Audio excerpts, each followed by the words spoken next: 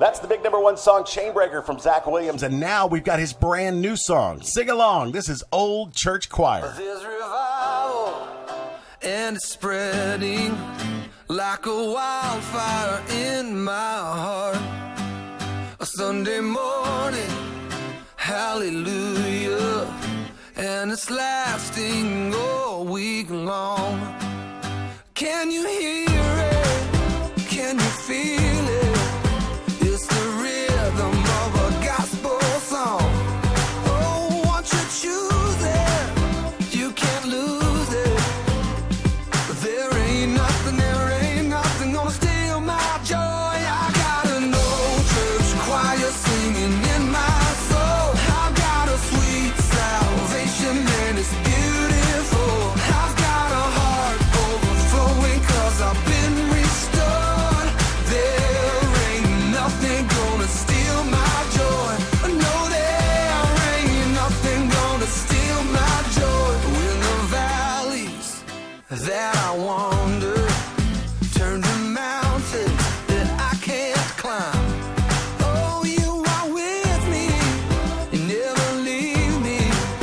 Oh, 'cause there ain't nothing gonna steal my joy. I got an old church choir singing in my soul. I've got a sweet salvation and it's beautiful. I've got a heart overflowing 'cause I've been restored. There ain't nothing gonna steal my joy. No, there ain't nothing gonna steal my joy.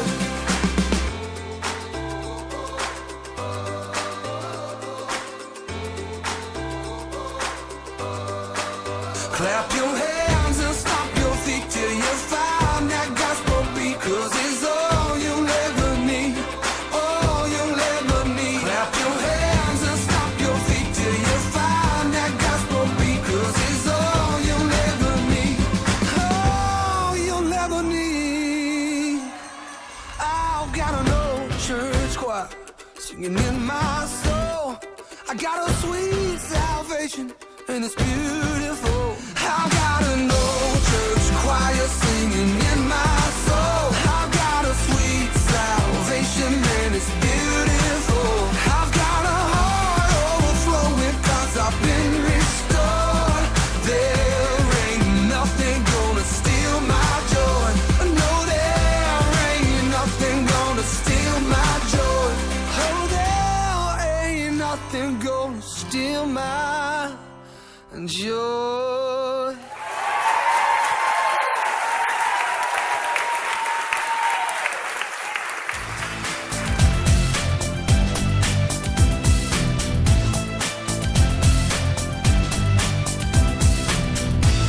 Nothing gonna steal my joy. I got an By now, you know our guest this week is Zach Williams. This dynamic singer comes to us from the soul of the South, from Jonesboro, Arkansas, to Nashville, Tennessee, and now the world.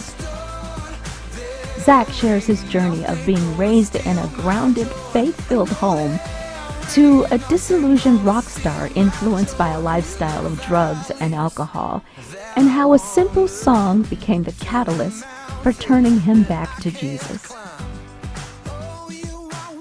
He's a husband, a father, and now a Grammy Award winner for his 2017 Chainbreaker album, and no doubt there will be more. We caught up with Zach on a recent tour stop in our area. Come join the conversation.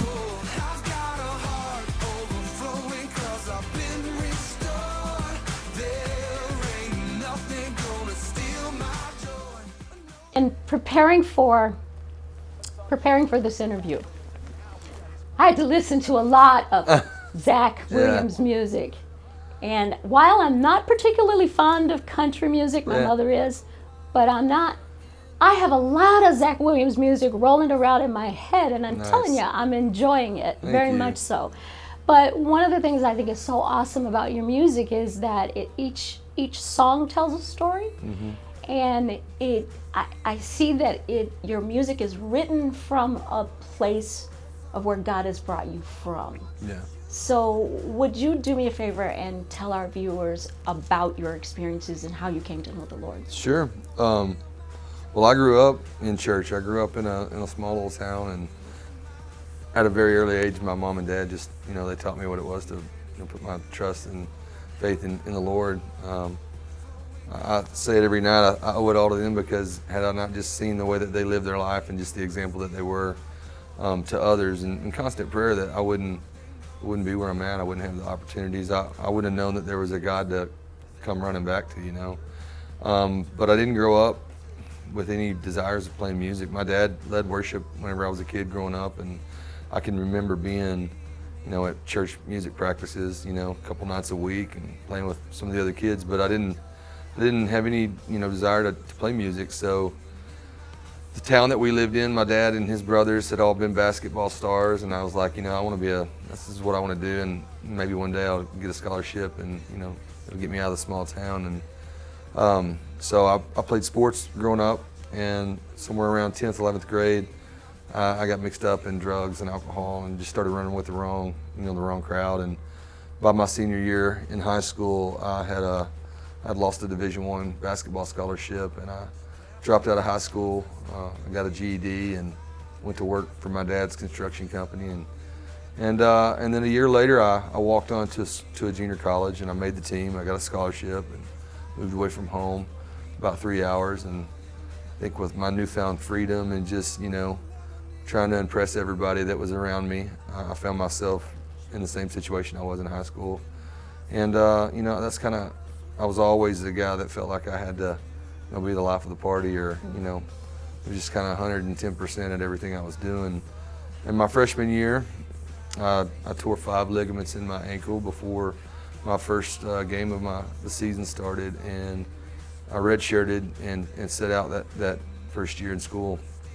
And while I was staying home from a lot of the games and the guys were traveling on, I started teaching myself how to play my roommate's guitar, and I just fell in love with music. And I realized real quickly that it wasn't just something that, that this was something for me that I just felt really called and drawn to, and started taking some poetry classes in college and started trying to write these songs. And I realized that I could kind of document seasons of my life, and tell these stories. And then unfortunately, I wanted to be a rock star, and I thought, well, this is the path I have to go on to be a rock star. And so the drug use, it continued to be part of my everyday routine, and it got to a point in my late 20s and early 30s where I had just been living this way for 13 years of my life, and I'd gotten really good at living that way and just functioning. And I was working with my dad in a construction company, and I remember getting to a place where I was just like not happy with myself. Mm-hmm. Like I knew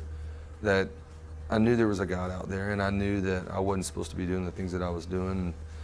And I got married whenever I was about 30 years old, and my wife, she had 2 small kids when we met, and soon after that we had 2 kids of our own. And the whole time at the beginning of our marriage, the first 4 or 5 years, we really struggled because we were both, not living the way that I knew we should be living. And so that was a constant, struggle. And in 2012, I was on a tour with the rock band that I was in, and we were traveling in Europe, and we had about an 8-hour ride one day traveling across Spain. And just a few days before, I just really gotten into like this, really just one of the lowest places I've ever been. And I remember just being like, God, I know that you're real, but I need you to prove it. And if you do, I'm done. And so that day while we were driving across Spain, a guy driving our buses, he was scanning radio stations. And as he was scanning radio stations, it stopped on Redeemed by Big Daddy Weave. And I just remember thinking, wow, okay.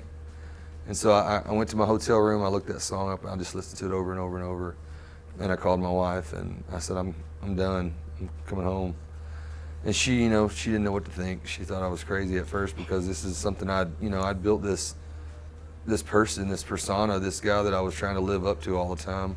And all of a sudden I was just going to quit it. It had become who I was. And I remember though coming home from that tour and canceling my shows and quitting my band, and I never looked back. I remember one day she left for work, and I just found a place in my bedroom floor in our closet, and hit my knees and was like, I can't do this anymore. You know, like, I don't know what I'm supposed to do with my life, God, but I don't want to go back to who I am, you know, or who I was. And I just remember being able to breathe, like, for the first time, and not like thinking it was all going to be perfect, but more of, okay, you don't have to go back to this guy that you created. Like, you can be who I've created you to be. And within a year of that, I was asked to launch a campus at the church that we were going to, and that's kind of how things, you know, all started.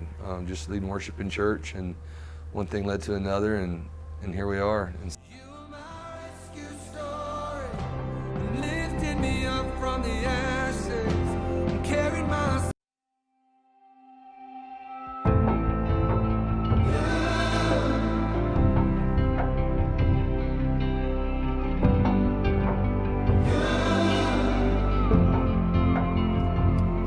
There I was, empty-handed, crying out from the pit of my despair. There you were, in the shadows, holding out your hand, you made me there. And now where would I be without you? Where would I be, Jesus? You were the voice in the desert, calling me out in the dead of night, fighting my battles for me. You are my rescue story, lifted me up from the ashes, and carried my soul from death to life, bringing me from glory to glory. You are my rescue story. You are, you are my rescue story. You are,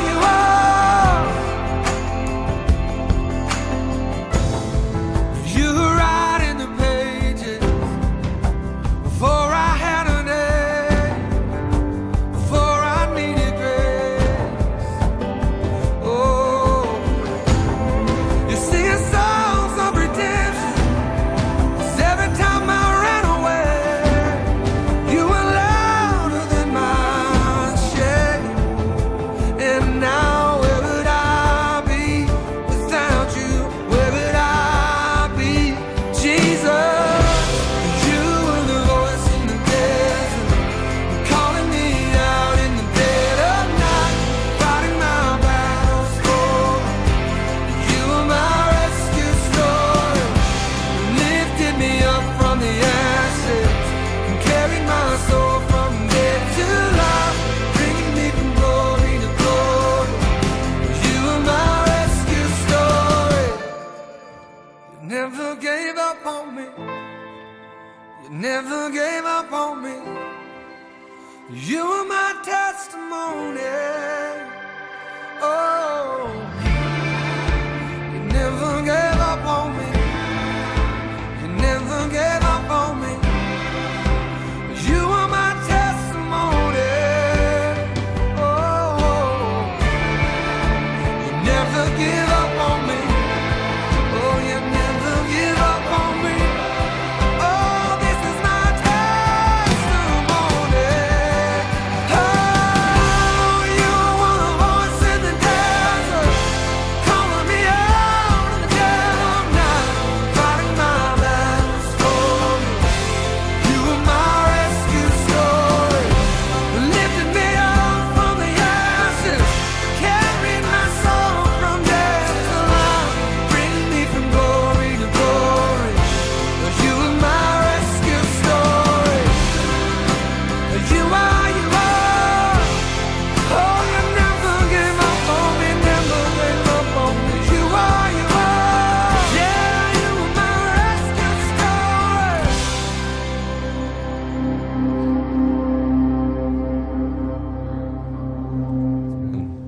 it's been quite the ride for the last 20 years.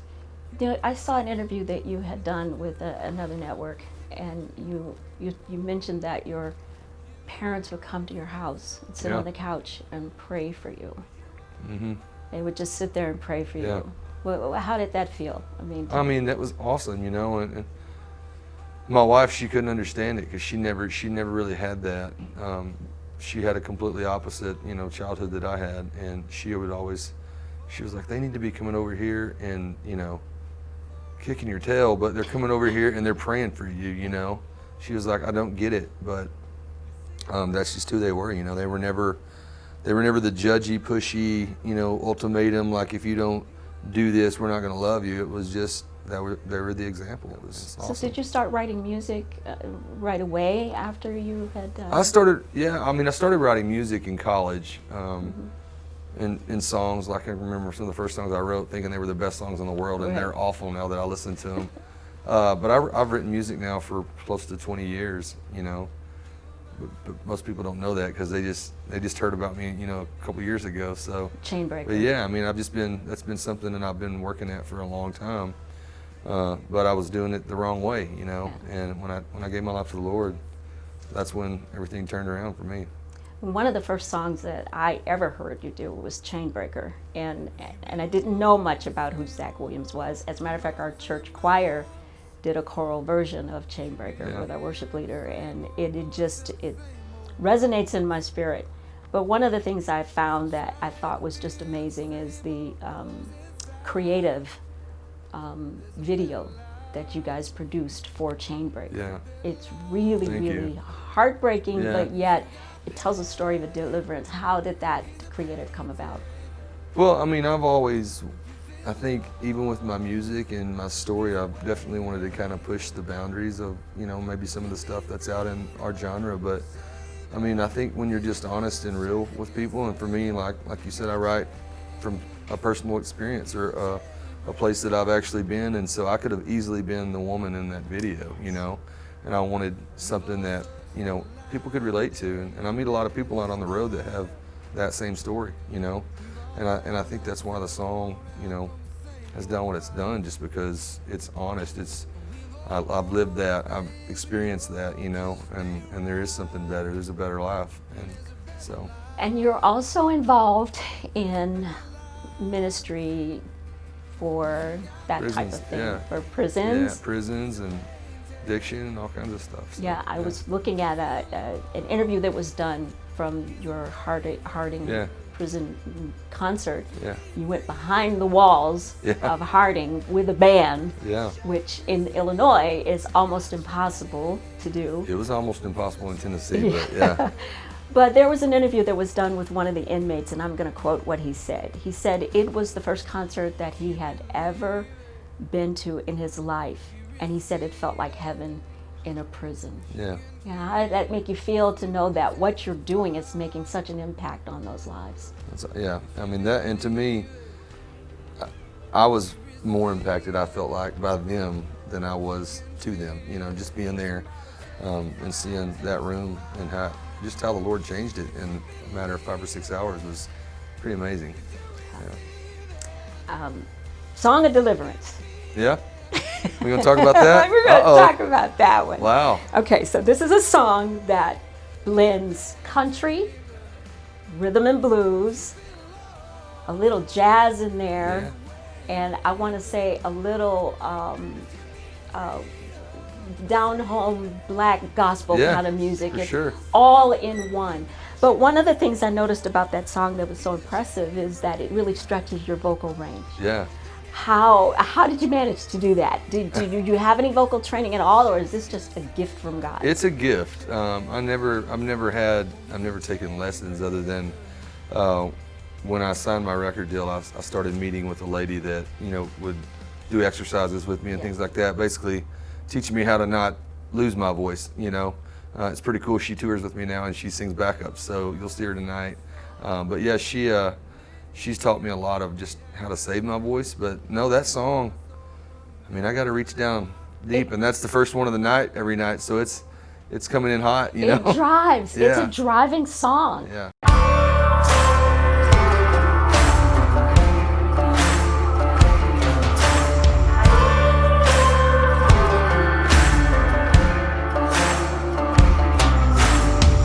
Hard times and high waters on the road that I have wandered, is left burning. A lot I did in learning. The stone walls I built up, trap out the way I'm living. I don't wanna be a prisoner.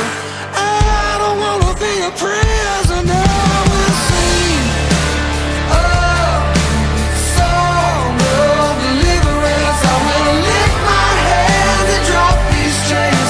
Walk out free in Jesus' name. I will sing a song of deliverance. Oh, hallelujah. Oh,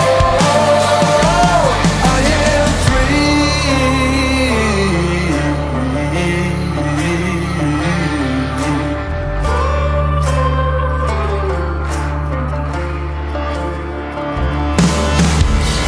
Get behind me, say, no more fear, no more shame. My debt's been paid.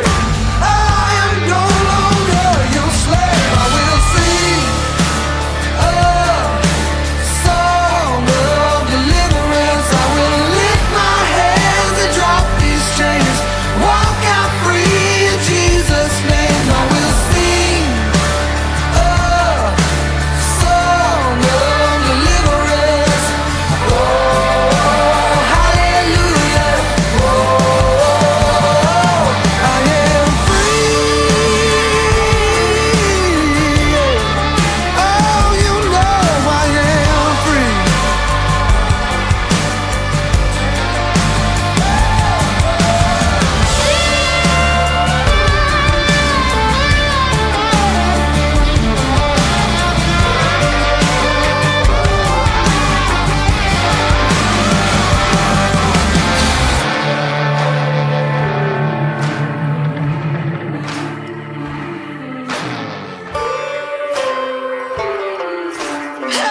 don't wanna be a prisoner. I will sing a song of deliverance. I will lift my hands and drop these chains.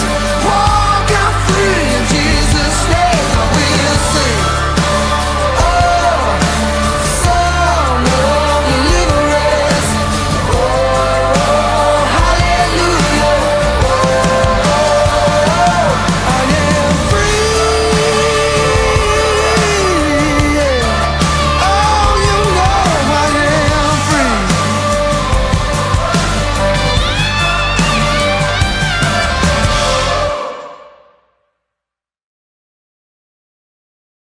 Let's talk about There Was Jesus Yeah. and Miss Dolly. Yeah. So this entire record, like I said earlier, I feel like I find myself writing just seasons that I'm in, and when I started working on this record a little over a year and a half ago, it was really the first time since the Chainbreaker, album had come out that I've slowed down enough to really kind of just like soak it in and see what God's done. And so I started thinking just not only about just the past 3-4 years, but I started thinking about 20 years ago when I first started playing music and all the things that I missed and these moments that I didn't realize at the time that God was keeping me out of or protecting me, or the people he was surrounding, and just the way he strategically just placed little things in my life and has just allowed me to live through that, to share the story now. That's what that song was about. There was Jesus. And so the day that we wrote it, I was joking and said it'd be cool to get Dolly Parton to sing on it, and apparently my producer didn't think it was a joke, so he made some calls, and we sent that song to her about a month and a half later, and she listened to it and loved it. And I don't even think she said she didn't even make it through the first chorus, and she knew she wanted to be a part of it. So she was a real joy to work with too. It was awesome. So we're going to change the pace a little bit. We're going to do a little rapid fire. Okay. Okay, you ready? All right. All right. What's your favorite sport? Basketball. Favorite team? Lakers. Favorite food? Chinese. Ooh, that's a good one. Last time you rode a bike? Oh my gosh. Actually, it's probably sometime this summer with my kids. Probably jumped on one of their bikes, yeah. Last time you ran a marathon? Never. Would you like to? No. Not unless somebody's chasing me. Have you ever skydived? No. Would you like to? No. No. Well, my 89-year-old mom is going next year when she Really? turns 90. Oh, Yes. my goodness. Yes. It's not for me. What's next for Zach Williams? I don't know. I guess we'll see. Hopefully this, it's just, for me, I'm just looking forward to seeing what God does with this new record and these songs. It's always cool to me to write a song and have a prayer for it, and then, to see what happens with them, to hear the stories, and then to know that God heard that prayer and He's using that song in a big way. For me, that's better than any award or nomination. So You're going to the CMA Awards. Yeah. You're going to be performing Yeah. with Miss Dolly. Yeah. That's Kind of exciting. nervous about that. Been trying not to think about it too much. Yeah. That's awesome. Yeah, it's gonna be fun. So, because of your ministry that you're involved in,